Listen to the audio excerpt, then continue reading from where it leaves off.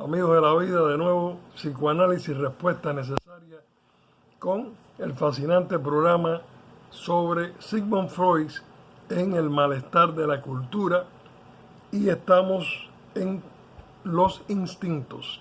Seguimos ahora en el nuevo capítulo de los instintos. Así que les aconsejo que vayan por la numeración, porque cada detalle aquí es más que interesante. Aun si usted no quiere psicoanalizarse, aun si usted no cree en el psicoanálisis, así es bien interesante como en aquel periodo, de análisis, de investigación, como el señor Sigmund Freud tenía aquella grandiosidad de poder manejar genialmente todos estos conceptos y todas estas preguntas. Sobre todo, Freud se hacía las preguntas necesarias. Por nuestra parte, decía, hemos propuesto distinguir dos grupos de estos instintos primitivos: el de los instintos del yo o instintos de conservación y el de los instintos sexuales. Esta división no constituye una hipótesis necesaria como la que antes oímos establecer sobre la tendencia biológica del aparato anímico. No es sino una construcción auxiliar que solo mantendremos mientras nos sea útil y cuya sustitución por otra no puede modificar sino muy poco los resultados de nuestra labor descriptiva y ordenadora. La ocasión de establecerla ha surgido en el curso evolutivo del psicoanálisis, cuyo primer objeto fueron las psiconeurosis, o más precisamente aquel grupo de psiconeurosis, o más precisamente aquel grupo de psiconeurosis a las que damos el nombre de neurosis de transferencia, que son la histeria y la neurosis obsesiva.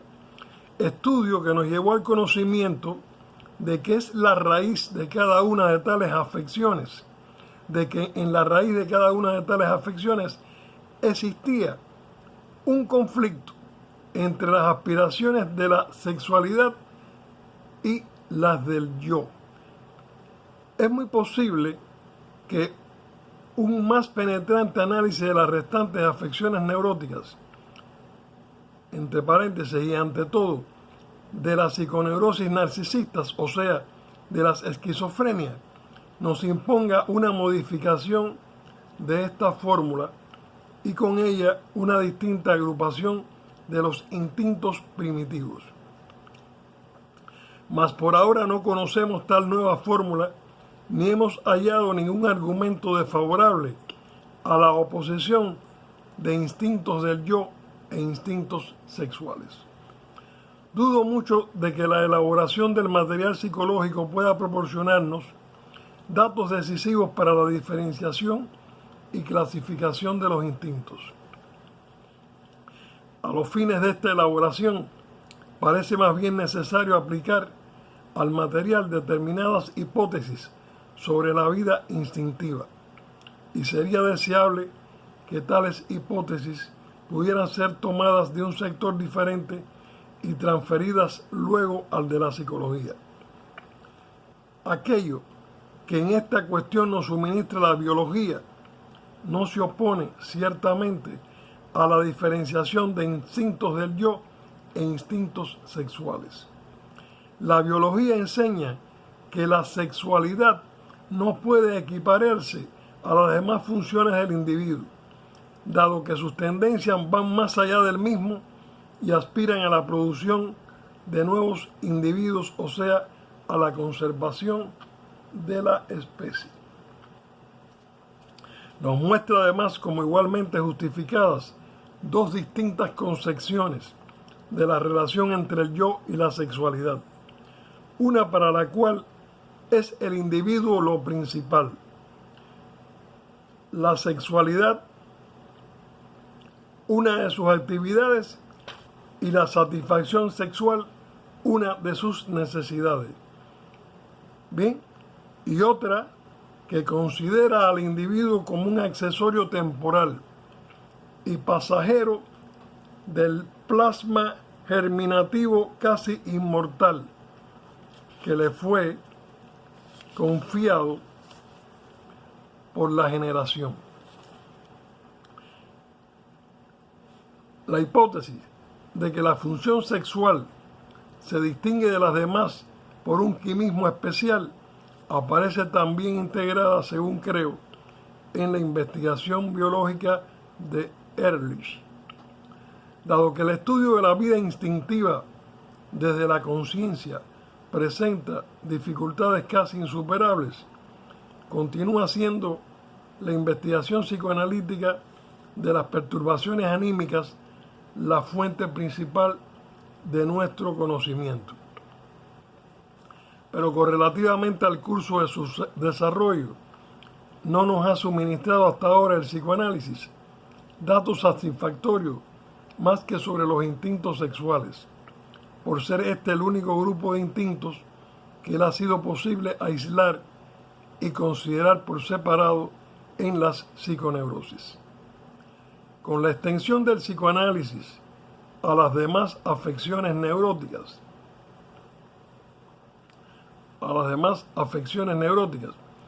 quedará también cimentado seguramente nuestro conocimiento de los instintos del yo, aunque parece imprudente hallar en este campo de investigación condiciones análogamente favorables a la labor observadora.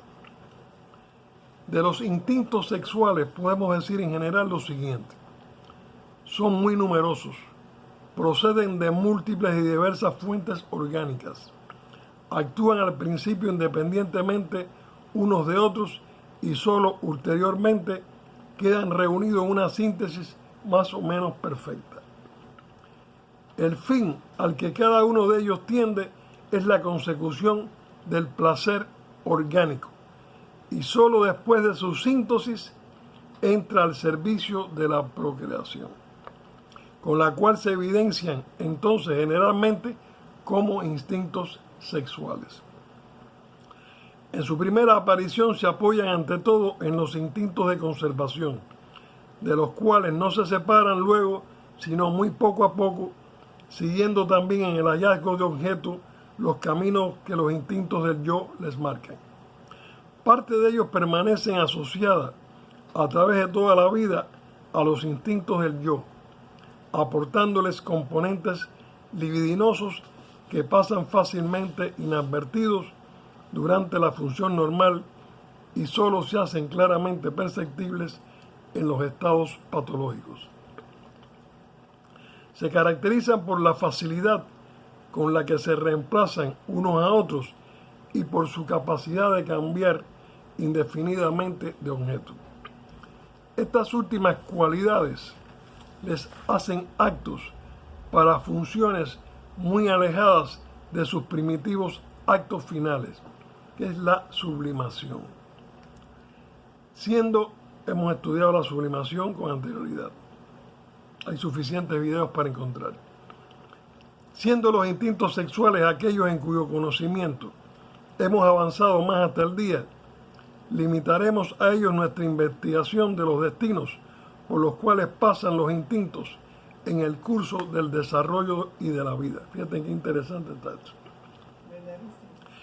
De estos destinos nos ha dado a conocer la observación los siguientes: la transformación en lo contrario, la orientación contra la propia persona, la represión, la sublimación. Voy a repetir que es importante. Aquí tenemos muchos niveles diferentes. Nosotros tenemos el nivel de la persona que está graduada en psicología o la persona que es psicoanalista, o tenemos el nivel de quien es simplemente psicólogo, que se ha graduado de una universidad, que no tiene experiencia clínica. Tenemos aquella persona interesada en el psicoanálisis desde el punto de vista teórico, ¿ok? Más bien hasta piensen en algo hasta doctrinal. Más bien tenemos también personas con una, pudiéramos decir, formación intelectual que no han tocado nunca o profundizado en el psicoanálisis. otros que conocen un poco pero que quieren ampliarse, y tenemos incluso aquel que no conoce nada de psicoanálisis. Por lo tanto, por eso yo he tomado esta labor también de leer cosas de Fenichel, cosas de, pudiéramos decir, de Alexander, y podemos decir del mismo Freud, para que ustedes vayan asimilando ahora los conceptos sobre todos.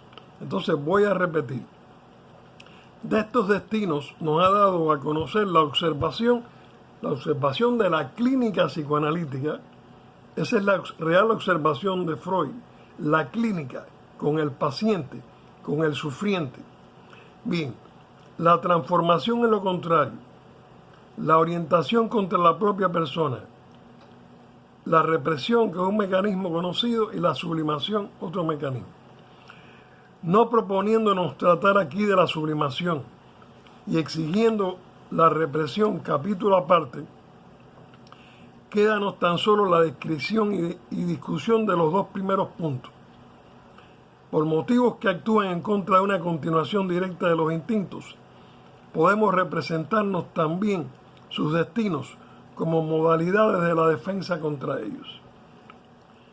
La transformación en lo contrario se descompone al someterla a un detenido examen en dos distintos procesos. La transición de un instinto desde la actividad a la pasividad y la transformación de contenido. Estos dos procesos de esencia totalmente distinta habrán de ser considerados separadamente.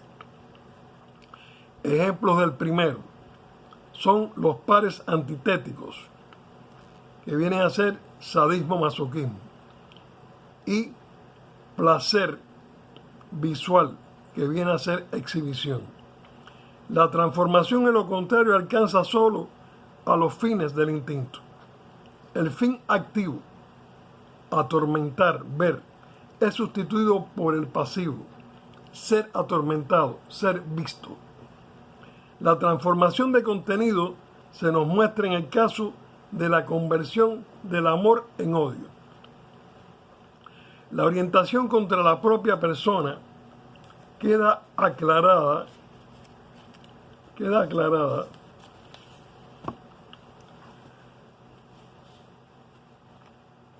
en cuanto reflexionamos que el masoquismo no es sino un sadismo dirigido contra el propio yo, y que la exhibición entraña la contemplación del propio cuerpo. La observación analítica demuestra de un modo indubitable que el masoquista comparte el goce activo de la agresión a su propia persona, y el exhibicionista el resultante de la desnudez de su propio cuerpo. Así pues, lo esencial del proceso es el cambio de objeto con permanencia del mismo fin. No puede ocultársenos que en estos ejemplos coinciden la orientación contra la propia persona y la transición desde la actividad a la pasividad. Por tanto, para hacer resaltar claramente las relaciones resulta precisa una más profunda investigación. En el par antitético que viene a ser sadismo-masoquismo, puede representarse el proceso en la forma siguiente. Vamos a nominarlos. A. El sadismo consiste en la violencia ejercida contra una tercera persona como objeto.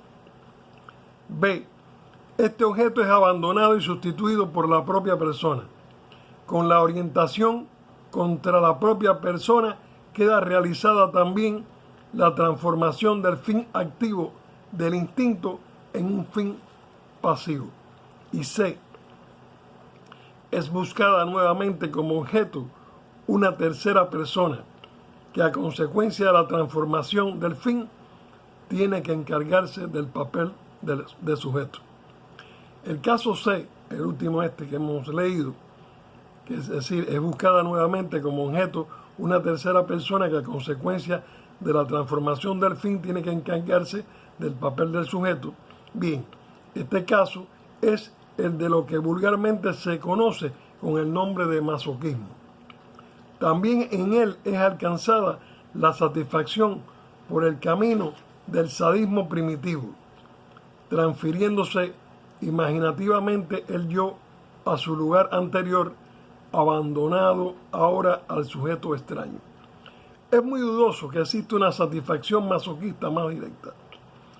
No parece existir un masoquismo primitivo no nacido del sadismo en la forma descrita. La conducta del instinto sádico en la neurosis obsesiva demuestra que la hipótesis de la fase B no es nada superflua. En la neurosis obsesiva hallamos la orientación contra la propia persona sin la pasividad con respecto a otra. La transformación no llega más que hasta la fase B. El deseo de atormentar se convierte en autotormento y autocastigo, no en masoquismo. El verbo activo no se convierte en pasivo, sino en un verbo reflexivo intermedio. Para la concepción del sadismo, hemos de tener en cuenta que este instinto parece perseguir, a más de su fin general, o quizás mejor dentro del mismo, un especialísimo acto final. Además de la humillación y el dominio, el causar dolor. Ahora bien, el psicoanálisis parece demostrar que el causar dolor no se haya integrado entre los actos finales primitivos del instinto. El niño sádico no tiende a causar dolor si no se lo propone expresamente, pero una vez llevado a efecto la transformación en masoquismo, resulta el dolor muy apropiado para suministrar un fin pasivo masoquista, pues todo nos lleva a admitir que también las sensaciones dolorosas, como en general todas las displacientes, se extienden a la excitación sexual y originan un estado placiente que lleva al sujeto a aceptar de buen grado el displacer del dolor. Una vez que el experimentar dolor ha llegado a ser un fin masoquista, puede surgir también el fin sádico de causar dolor. Y de este dolor goza también aquel que lo inflige a otros, identificándose de un modo masoquista con el objeto pasivo. Naturalmente, aquello que se goza en ambos casos no es el dolor mismo, sino la excitación sexual concomitante, cosa especialmente cómoda para el sádico. El goce del dolor sería, pues, un fin originariamente masoquista, pero que solo, dado un sadismo primitivo, puede convertirse en fin de un instinto. Para completar nuestra exposición, añadiremos que la compasión no puede ser descrita como un resultado de la transformación de los instintos en el sadismo, sino como una formación reactiva contra el instinto. Más adelante examinaremos esta distinción. La investigación de otro par antitético de los instintos, cuyo fin es la contemplación y la exhibición, voyeur y exhibicionista en el lenguaje de las perversiones, cosa que hemos tratado en videos anteriores, nos proporciona resultados distintos y más sencillos. También aquí podemos establecer las mismas fases que en el caso anterior. A. La contemplación como actividad orientada hacia un objeto ajeno. B. El abandono del objeto. La orientación del instinto de contemplación hacia una parte de la propia persona y con ello la transformación en pasividad y el establecimiento del nuevo fin, el de ser contemplado. C. El establecimiento de un nuevo sujeto al que la persona se muestra para ser por él contemplada. Es casi indudable que el fin activo aparece antes del pasivo, precediendo la contemplación a la exhibición. Pero surge aquí una importante diferencia con el caso del sadismo. Diferencia consistente en que en el instinto de contemplación hallamos aún una fase anterior a la señalada con la letra A, que es el instinto de contemplación es en efecto autoerótico al principio de su actividad. Posee un objeto, pero lo encuentra en el propio cuerpo. Solo más tarde es llevado por el camino de la comparación a cambiar este objeto por uno análogo del cuerpo ajeno. Fase A. Esta fase preliminar es interesante por surgir de ella las dos situaciones del par antitético resultante, según el cambio tenga efecto en un lugar o en otro. El esquema del instinto de contemplación podría establecerse como sigue. Papel y lápiz. A. Contemplar un órgano sexual igual ser contemplado el órgano sexual propio. B. Contemplar un objeto ajeno. Placer visual activo.